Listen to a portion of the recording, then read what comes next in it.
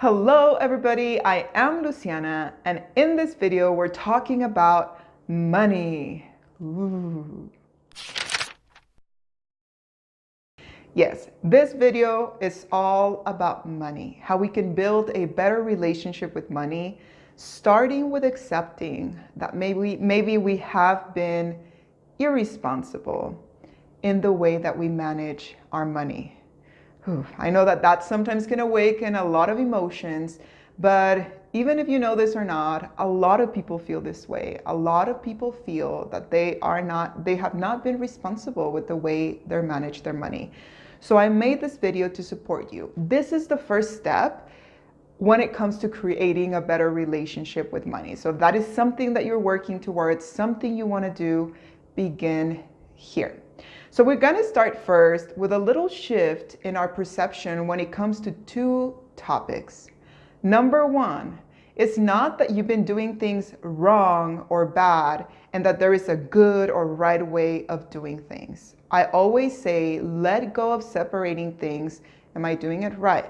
Am I doing it wrong? Because that only awakes stress, pressure, and a lot of guilt. There is no wrong or right when it comes to how you manage your money, but it's mainly what is the outcome of how you manage your money. Is it bringing a positive outcome, a supportive outcome, an outcome that makes you feel good, that is the good thing for everyone around you, anyone that depends on you financially? Or is the outcome of how you manage your money a lot of stress, a lot of negativity, and it's not supportive to what you're doing? Can you see how there's a change there? It's not good or bad, it's just what is the outcome. So then that way you can begin to create change actually today. So if you have been in a place where you know you have not been managing your finances well, I want to tell you something. It's okay, you can start today. We're all learning. We're all simply learning with every experience. So that is the first thing. Let's let go of, is it good or bad, or how can I just have a better outcome? Good. Now the second thing, very important thing, is to take 100% responsibility for how you manage your money. With this, we have to let go of blaming our parents, blaming our spouse, blaming the government. It's nobody's fault, not even your own, but you are the one responsible. If you keep putting the blame on somebody else, you will never take that next step to take responsibility and better your relationship with money. So for the purpose of this video, you simply want to take the responsibility back to you. Now, it is important to say that when you do take the responsibility and you do say, it is me that wants to create this change, it makes it easier to do so because you no longer have to wait on anybody to do something in order for you to feel better and have a better relationship with money. Now, together with taking that responsibility also comes facing the emotions that come up when we talk about this topic. A lot of people don't want to talk about money. For a lot of people, this is a topic that awakens a lot of feelings and they rather deny it than actually face it. Now, you are a free being. You can deny it all that you want, but most likely this will only lead for you to continue in the same situation. So for this part of the video, I'm going to invite you to simply follow along with me and give yourself permission to be honest with yourself. What's going to connect you and I through this part of the video is our breath. And if at any moment an emotion comes up and you're feeling an emotion, I'm going to invite you, if it feels more comfortable for you, to place your hand on that area of your body where you may be feeling an emotion, maybe even your throat. So when it comes to talking about money, and when we know we have not been as responsible as maybe we would have wanted to, a lot of us began to feel an emotion of fear. We don't want to talk about it. We don't want to think about it. We may not even want to log on to our bank account to know how much money we spent, and we just don't want to deal with it. So if this is something that you have been experiencing and you feel afraid, maybe even watching this video like you're taking a step into an unknown territory that you don't want to be in, I'm going to invite you to just take a moment, take a deep breath, and allow yourself to connect with that fear.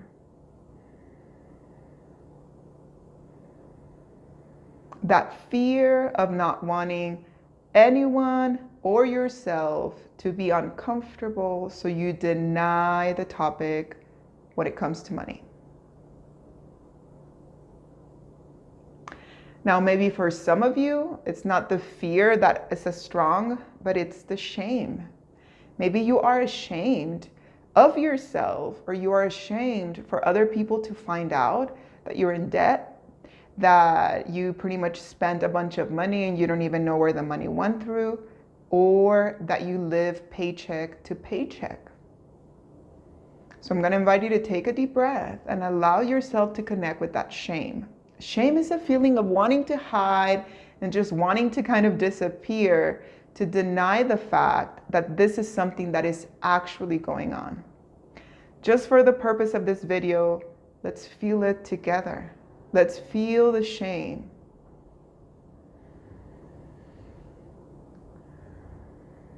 Good. Maybe for some of you, it's mainly an emotion of pride. Pride meaning not the good kind of pride when you're proud of something that you accomplished, but the kind of pride that makes you want to fight and defend yourself. No, I don't have any issues with money. No, it's not my fault. Kind of wanting to deny by putting a wall of protection. That need to defend ourselves, that need to be right. So take a moment and just feel. Have you ever felt a lot of pride when it comes to this topic? Just breathe and feel. Allow yourself to go into those emotions, knowing that you're ready to better your relationship with money. Fear of the unknown. I don't know where more money's coming from. I don't know. I don't want to know how I've been dealing with money. Shame. I just want to hide. I don't want to anybody to know that I have not been responsible with my money. Or pride. No, I don't have any problems. It's somebody else's fault that need to fight. In order to heal our relationship with money, we have to face our emotions when it comes to the topic. So take a deep breath. Just breathe. Good. All of these emotions that I just mentioned to you, they're the emotions that I call the denials. They help us deny deeper emotions. And one of the most common deeper emotions that we feel when it comes to not being responsible with our finances is guilt. So I'm going to invite you to take a deep breath. You can place your hand at any area of your body where you feel this emotion the most.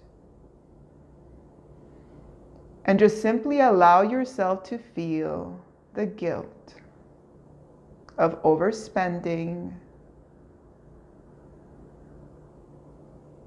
of spending in a way that maybe you have no idea where your money's going to.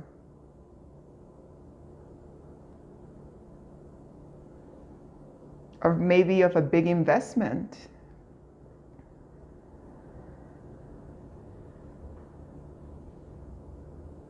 Whatever it is, if there is guilt, allow yourself to feel the guilt. Don't push it away. Don't force it. Just breathe and accept. There is guilt. I have not known how to manage my money. I feel afraid. I feel ashamed. And I'm beginning to take responsibility by embracing what I feel. Good. Feeling emotions is not always the most comfortable thing, but it's super, super helpful and healing. Can you see how the moment you let yourself go into that emotion, it begins to slowly and gently lose some of that intense power that it had? You are not the only one feeling afraid, ashamed, prideful, or guilty when it comes to managing money. But are you willing to be one of the few that has the courage to face those emotions? Good. Now take a deep breath. We exhale with a sound. Good. You did it. You went through that exercise. I'm going to challenge you, if this is a big topic for you, and right now you're really working on this, to practice this for as long as you need to every single day.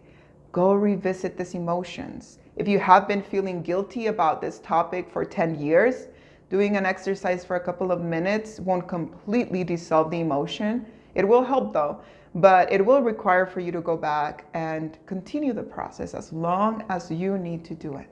Just embracing how you feel.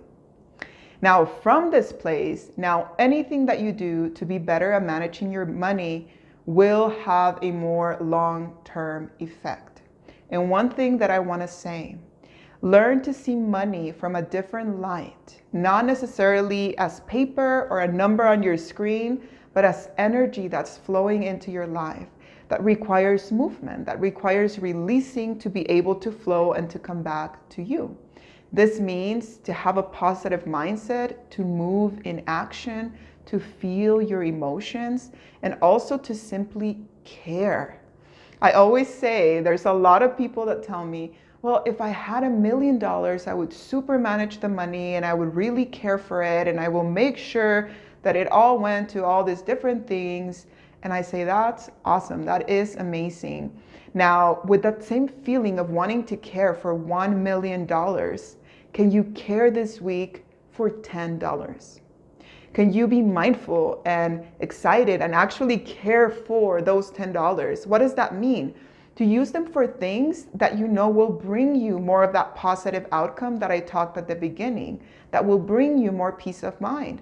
Is it better for you to save those $10 this week? Do you want to invest those $10 in something healthy for your diet, for your body, for your health? Do you want to invest those $10 going out with a friend, I don't know, to grab an ice cream, I don't know, whatever it is that you like to do?